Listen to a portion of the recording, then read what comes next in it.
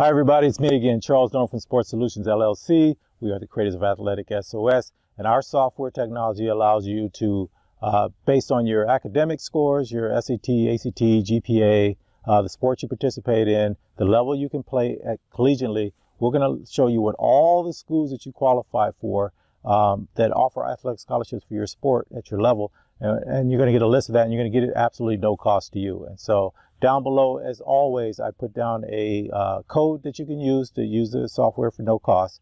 I give you the instructions, and then I have a video down there showing you what AthleticSOS is, how it kind of works. It's about 1 minute long. Go ahead and take a look at those things and sign yourself up. Use the software, guys. That's why I built it. And so in this one, I wanted to talk a little bit about a question that I got. And I've got a couple of versions of this question, but basically, when should I start using a recruiting service? When should I sign up for one? My answer to this is always the same. Do not sign up for a recruiting service, in my opinion, unless your kid is playing varsity. So usually, if your kid is playing varsity freshman year and they're having a good enough season that you're thinking about getting a recruiting service to kind of get things started, I think that's a little early. I would wait till after their sophomore year. But if they're already playing varsity, you can start working on this stuff now. But just as a general answer for this, I would say if they're playing varsity, if they're on varsity their sophomore year, even if they're not playing a lot, but if they made varsity, then that's when I would start that after they've had their sophomore season and they're going into the summer of their, before they go into the senior year. So the end of the sophomore year, that summer's coming up, and then you're going to be a junior the next year. I would start reaching out to some recruiting services. And the reason we want to kind of do the recruiting service, if that's what you're going to do, especially if your kid is not going to necessarily play at the highest level. And I see a lot of kids run into this. They make varsity and maybe they're at a smaller school. And so kind of everybody's playing, that type of thing. It's not highly competitive. It doesn't mean they're not good. It just means that school's not highly competitive. And then they may end up playing at the NAIA NCAA Division III, Division II level, not necessarily D1. But what we're trying to do with the recruiting service is, and this is why this is crucial for me when I'm talking about this thing, still use AthleticSOS, because when you go to a recruiting service, the ones that are online right now, the ones that I know about, you go in and you put all your name in a database, and they got a free level, right? They have a level where you go in, you put all your information in, and they let college coaches come in and review all of your information. But inside of that area where the college coaches are coming in, there's also thousands of other kids that have signed up for the free service. And so this is one of the things that I always worry about, because now that college coaches coming in, maybe they came to see you, or maybe they're just looking for a third baseman, or for softball or for baseball, or maybe they're looking for a player for next year, and they're a D3 or NAIA school. And so they see you, but they also see the kid whose profile is above yours, below yours, on the next page. The other kid is 1 inch taller, 1 inch smaller, or their GPA is a little bit better, or whatever's going on. So you guys are all competing against each other. And so even on top of that, they'll have another tier where you pay a little bit and you get a little bit more help. And then they'll have a final tier where you pay full price, and then they have somebody that's assigned to you, and they're going to try to work your profile and try to help you out in a personal manner. And so to me, that's probably the one you want to do, is that third one. I know it's going to cost you a bunch of money, and this is where you want to be really careful. If you're going to pay this money to get it done, and I don't think, sometimes they're $800, sometimes it's $1,500, sometimes it's $2,500 or $3,000. But if you look at the cost of going to college and the money you could save, you're probably going to get that money back if they can get you an athletic scholarship. So I don't think the money should be your main focus here, although I know everything's getting tight right now. But your focus is, can they get me in the school where I'm going to have the best chance of playing all 4 years?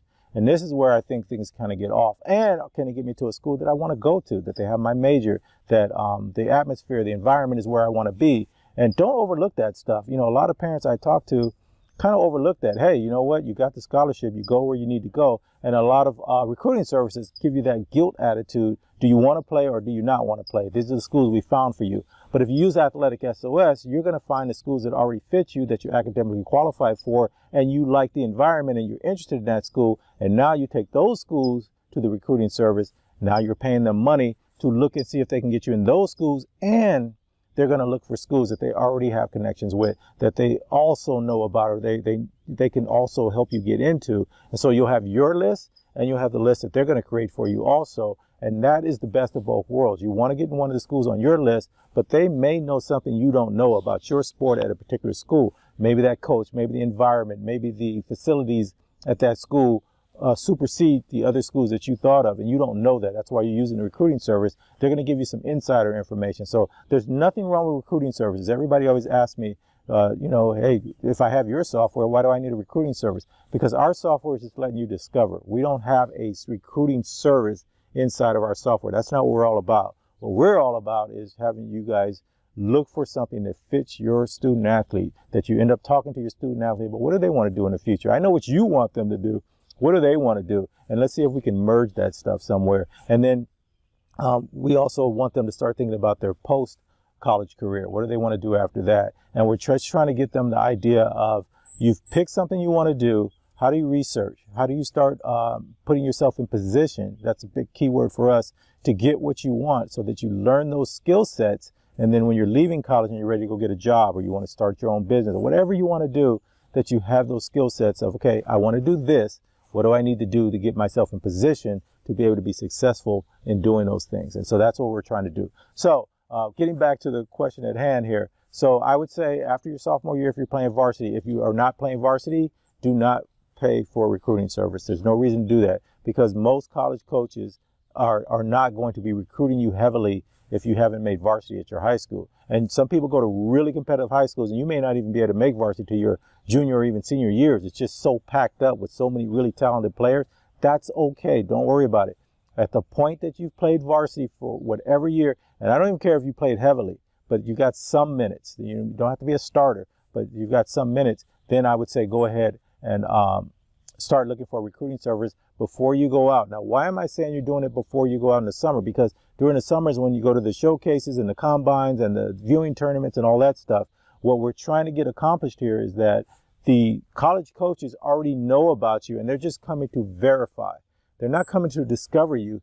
They already know who you are. And if you're using our high school version or organizational version, your high school coach or your travel club coach has already reached out on your behalf, told them what your schedule is going to be, and now those college coaches will start sending somebody out to take a look. And now they're just in the verification process. And the beauty of the verification process, once they know you want to go to their school, you academically qualify to go to their school, what they're doing now is they'll allow you to have an off game, and it's going to happen.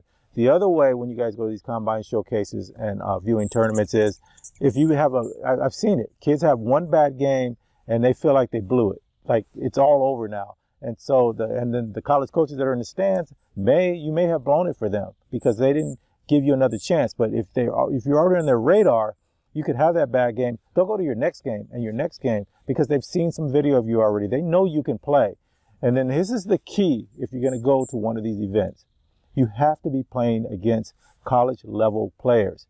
Don't go to an event that you are so far above them or it's so localized they can't get a feel for how do you stack up against other college level players. So this, and one of these reasons that I think this is important, is you don't have to be on the best travel club program. You don't have to go to the killer invite only, Nike, Reebok, Adidas, whatever camp. You don't have to do it. You just have to be in front of the coaches at a moment that you're playing against other college level players. And so that means you can go back if you need to, go play with your high school. They're going to go play some summer events also. They're going to participate in some summer events. Do some local stuff too, because money's tight right now, and I understand that. But the idea is that you've already reached out to these colleges. They know who you are. You just need to give them your schedule. They'll get somebody out there. But I think one of the other mistakes a lot of people make, they think they just go out there, they're playing basketball and they're averaging, 40 points a game because they're the high school star. Their high school went and played in some tournament down somewhere and they're killing everybody. But the other kids there are just kids that are trying to make varsity, or they're not the starters, because those other kids went off to a viewing event or a combine or showcase, so their stars aren't there. And yeah, you're killing, and that's great. Just show some leadership in those situations, not how much you can score, how much you can do. You got to still stand out, but that's not what's going to impress the college coaches. The college coaches are looking for what you can do against somebody else that is college level also. And so that's where you kind of make your name and you burn in. So I hope that answers your question. If you're playing varsity, even if you're not a superstar on varsity, you want to start reaching out to some recruiting services, but before you go into your summer period of play and the events that go in there. If you are not on varsity, I would say this.